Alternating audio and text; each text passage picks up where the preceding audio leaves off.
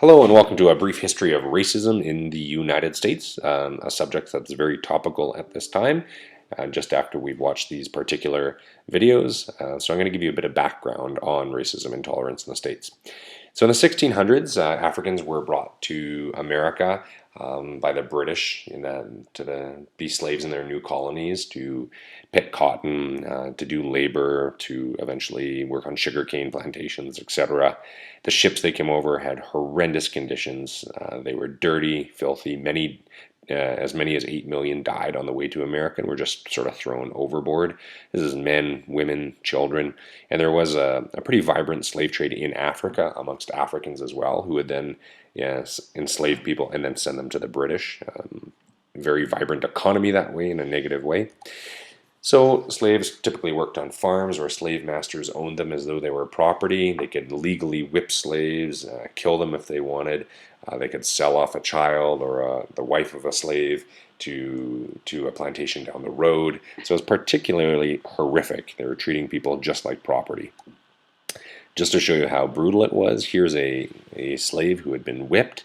You can tell that this system is particularly egregious based on look, this guy's back and the scar tissue on there. What a horrible way to treat human beings. If you want, you can watch a video clip of Amistad. Go online. I highly recommend you watch that film. It talks about the transatlantic slave trade. Now in 1865, you can see after nearly 300 years, slaves were freed in the Emancipation Proclamation, which said that all men were created equal in the 13th Amendment of the Constitution of America. However, it was deeply embedded socially in the culture of America that slaves existed. So basically, they adopted a series of informal and formal laws called the Jim Crow laws in the southern United States to make blacks second-class citizens, African Americans. Jim Crow laws were named after this individual, Jim Crow, and they aimed to create separate but equal facilities for African Americans, which led to segregated schools, restaurants, and bathrooms. However, those second segregated facilities for African Americans were often notoriously underfunded and disgusting. So Jim Crow laws didn't legally call for segregation, but it certainly happened on sports teams and in churches. Some examples of some Jim Crow laws is that Caucasians were not allowed to marry anyone of color. Schools for white children and Negro children shall be conducted separately, according to some of those charters. And basically, you couldn't eat in the same restaurants if you were white or colored.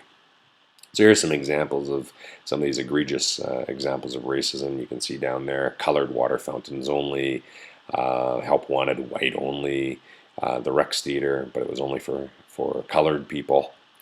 The Ku Klux Klan was a group that was formed in 1915 by some Confederate Army veterans, and it was designed to keep that white supremacy in the United States. They used fear, intimidation, and violence to enforce segregation. They didn't want African Americans from voting or holding office, and so we typically know them as burning crosses, lynching, which is hanging people from trees, wearing those white hoodies, and basically terrorizing the population.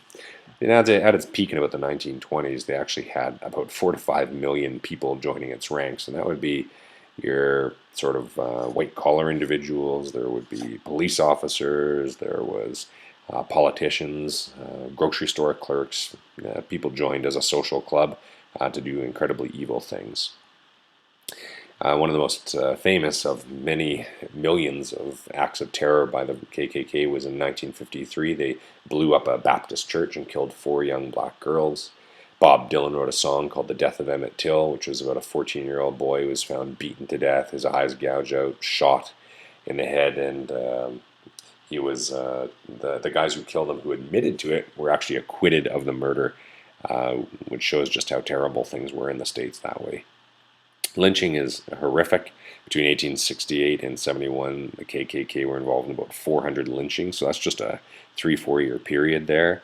And it was any sort of form of justice, and I use the word facetiously here, to mete out whatever the KKK believed, and so their form of justice for those racist laws. So nothing really changed in the States until about 1964, when the Civil Rights Act ensured that African Americans had the exact same rights as Americans, and it undid the Jim Crow laws. However, racism and racial tensions still exist, as you can tell, in the United States to this day.